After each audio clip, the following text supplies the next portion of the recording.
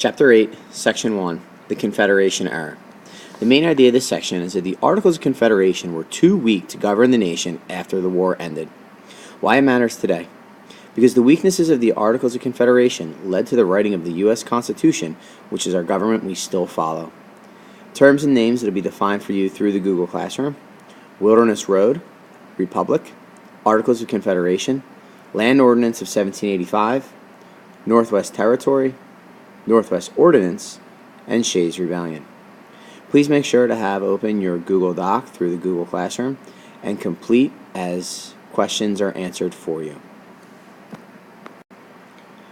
One American Story.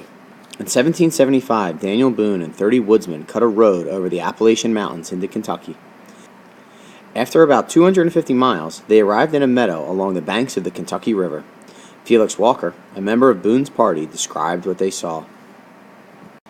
As you listen to Felix, think about the SOAP's acronym. Who is the speaker? What is the occasion? Who is the intended audience? What is the speaker's purpose?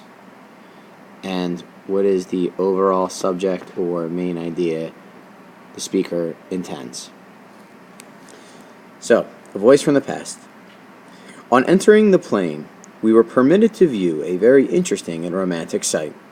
A number of buffaloes, between 200 and 300, made off. Such a sight some of us never saw before, nor perhaps may ever again. Felix Walker, quoted in The Life and Adventures of Daniel Boone. So take a minute, analyze, maybe go back and re-listen to the quote, be able to tell me who was the speaker, when was the occasion, who is the intended audience, what is the purpose, to entertain, persuade, or inform, and finally, what is the main idea. Pause the video, go back, listen, and then rejoin us. Okay, so the speaker you should have been able to easily identify as Felix Walker. The occasion would have been in 1775, while he and Daniel Boone and 29 other woodsmen were cutting a road from the Appalachian Mountains into Kentucky. The audience is either himself, as it was a journal entry, or it could have been intended specifically for posterity, so intended for historical use. The purpose, either to entertain, inform, or persuade, it simply would have been to inform, and the overall subject would have been describing what it was like entering into the area of Kentucky and seeing what they saw in terms of many buffalo, between 200 and 300, and what a majestic sight it was as they were running along in a great herd. And it was a sight that they had never really seen before, and nor did they expect to see something so beautiful ever again. So in the late 1700s, most Americans thought of Kentucky as the wild frontier. Some, like Boone, looked at the frontier and saw a world of opportunity. Exploring and governing these lands was one of the many challenges facing the new government of the United States. Moving west, the trail to Kentucky that Daniel Boone helped build was called the Wilderness Road. This road was not easy to travel. It was too narrow for carts or wagons, but it became the main road into Kentucky. The settlers came on foot or on horseback. Settlers were drawn to Kentucky's rich river valleys, where few Native Americans lived. But some Native Americans, such as the Shawnee, did live, hunt, and fish in the area. Tensions between Native Americans and settlers led to violent confrontations, but the settlers did not stop coming. By the early 1790s, about 100,000 Americans lived there. While settlers headed into the western territories, the people in the east began to create new state governments. New state governments. Once the American colonies declared independence, each of these states set out to create its own government. The framers, or creators, of the state constitutions did not want to destroy the political systems that they had as colonies. They simply wanted to make those systems more democratic. Some states experimented with creating separate branches of government, giving different powers to different branches. By creating separate branches, Americans hoped to prevent the government from becoming too powerful. Some states included a Bill of Rights in their constitution as a way to keep the government under control. The idea of a Bill of Rights came from the English Bill of Rights of 1689. This was a list that the government guaranteed to English citizens. Although not all states had a Bill of Rights, all of them did have a republican form of government. In a republic, the people choose representatives to govern them. The Articles of Confederation. While the states were setting up their governments, Americans also discussed the form of their national government.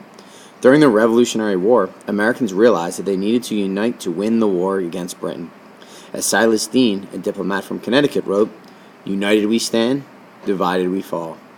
In 1776, the Continental Congress began to develop a plan for a national government. Congress agreed that the government should be a republic, but the delegates disagreed about whether each state should have one vote or voting should be based on population. They also disagreed about whether the national government or the individual states should control the lands west of the Appalachians. The Continental Congress eventually arrived at a final plan called the Articles of Confederation. In the Articles, the national government had few powers because many Americans were afraid that a strong government would lead to tyranny or oppressive rule. The national government was run by a Confederation Congress. Each state had only one vote in Congress. The national government had the power to wage war, make peace, sign treaties, and issue money.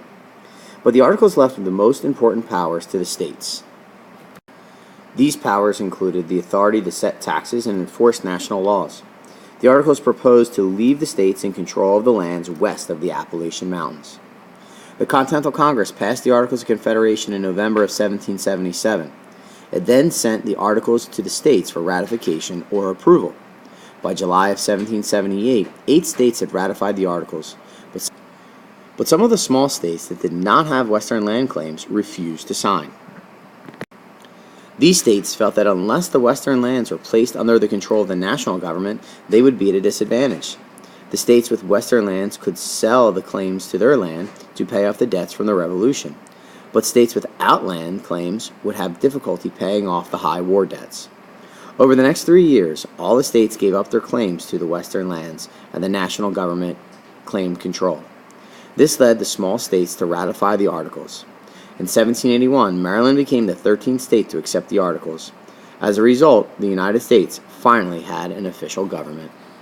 This is the end of Chapter 8, Section 1, Part 1. Please make sure you have completed any questions and answered any questions that have been answered for you through this video.